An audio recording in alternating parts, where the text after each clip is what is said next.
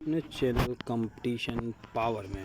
चलिए वीडियो को स्टार्ट करते हैं। आज काफ़ी दिनों के बाद वीडियो आ रहा है। इसमें दिया गया कीमत निर्धारण में समय तत्व का क्या महत्व होता है, इसके बारे में आज चर्चा इसमें करेंगे और आगे कुछ और भी स्पेशल पॉइंट देखेंगे। कीमत निर्धारण में समय तत्व का समावेश कर मार्शल ने यह स्पष्ट किया कि एक कैंची के दो फलकों की भांति कीमत निर्धारण में मांग एवं पूर्ति दो शक्तियाँ महत्वपूर्ण भूमिका निभाती हैं। यहाँ समय से तात्पर्य क्रियात्मक समय से है, जो मांग में हुए स्थायी परिवर्तनों से पूर्ति को समायोजित करने में लगता है।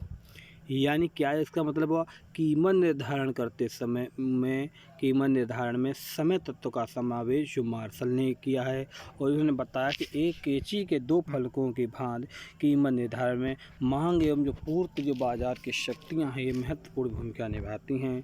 यहाँ समय का तत्व मतलब जो है वो क्रियात्मक समय से लिया गया है, जो मांग में हुए स्थायी परिवर्तनों से पूर्ति को समायोजित करने में समय लगता है, इसके बारे में बताता है। नेक्स्ट जो पॉइंट दिया गया है वो है कीमत निर्धारित करने में विचाराधीन समय जितना कम होगा। मेन पॉइंट यही है, समय जितना कम होगा उतना ही अधिक मांग पक्ष कीमत को प्रभावित करेगा। यानी कीमत को निर्धारित करते समय समय जितना कम लगेगा, समय बीच में गैपिंग टाइम की कम होगी, उतना ही अधिक मांग पक्ष क्या है कीमत को वो प्रभावित करेगा। और समय जैसे जैसे बढ़ता जाएगा कीमत पर उतना ही अधिक प्रभाव पूर्ति पक्ष का होगा।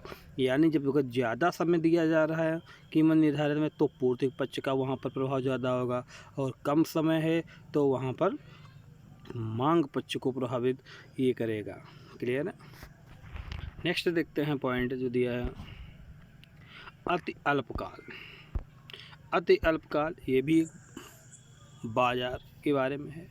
अति अल्पकाल अथवा बाजार काल में पूर्ति पूर्णतया बेलोच होती है। यानी जो अति अल्पकाल होता है, अभी आप हमने देखा कि टाइम जो बहुत कम होगा तो वहाँ पर क्या होगा, जो फर्म है उसको प्रोडक्शन करने के लिए बिल्कुल टाइम नहीं मिलेगा। यानी अति अल्पकाल है, 2-4-5 दिन का टाइम।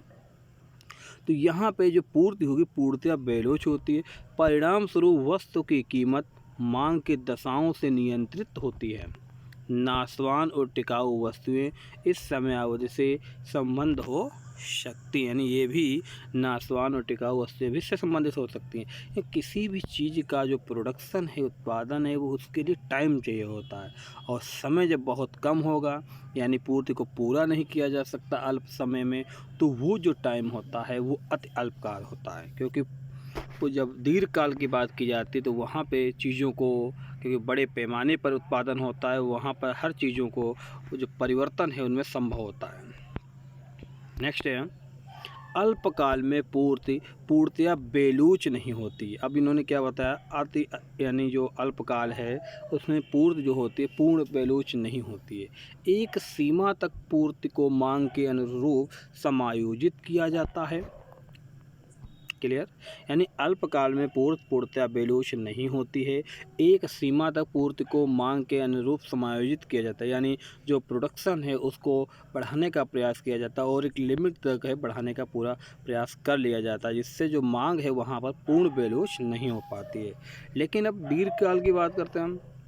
दीर्घकाल में इतना समय होता है कि बाजार की मांग दशाओं के अनुरूप पूर्ति को पूरी तरह समायोजित किया जा सकता है। यानी क्योंकि दीर्घकाल में बड़े पैमाने पर उत्पादन होता है तो पूर्ति को पूरी टोटल तरीके से कंट्रोल किया जा सकता है, फर्मों को बढ़ाया जा सकता है, मशीनें, लेबर सब।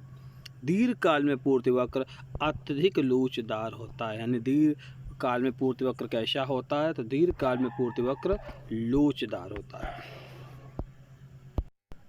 रिकार्डो के अनुसार श्रम लागत ही कीमत निर्धारण में मुख्य भूमिका निभाती है। रिकार्डो के अनुसार श्रम लागत ही कीमत निर्धारण में मुख्य भूमिका निभाती है तथा वस्तु कीमत निर्धारण में केवल पूर्ति पक्ष ही सक्रिय रहता है। यानी यहाँ पे ये ध्यान देना है कि रिकार्डो के अनुसार श्रम जो लागत होती है वो कीमत निर्धारण में मुख्य भूमिका, यानी श्रम से क्या होता है, श्रम से प्राइस, कीमत निर्धारण मुख्य भूमिका निभाती है। जबकि वस्तु की जो कीमत है, जो गुड्स की गुड्स प्राइस है, उसमें केवल जो पूर्ति पक्ष है यानी सप्लाई पक्ष है उसकी मेन भूमिका होती है। तो ये वीडियो आपको कैसा लगा, इसके आगे का वीडियो हम नेक्स्ट पार्ट में आपको देंगे।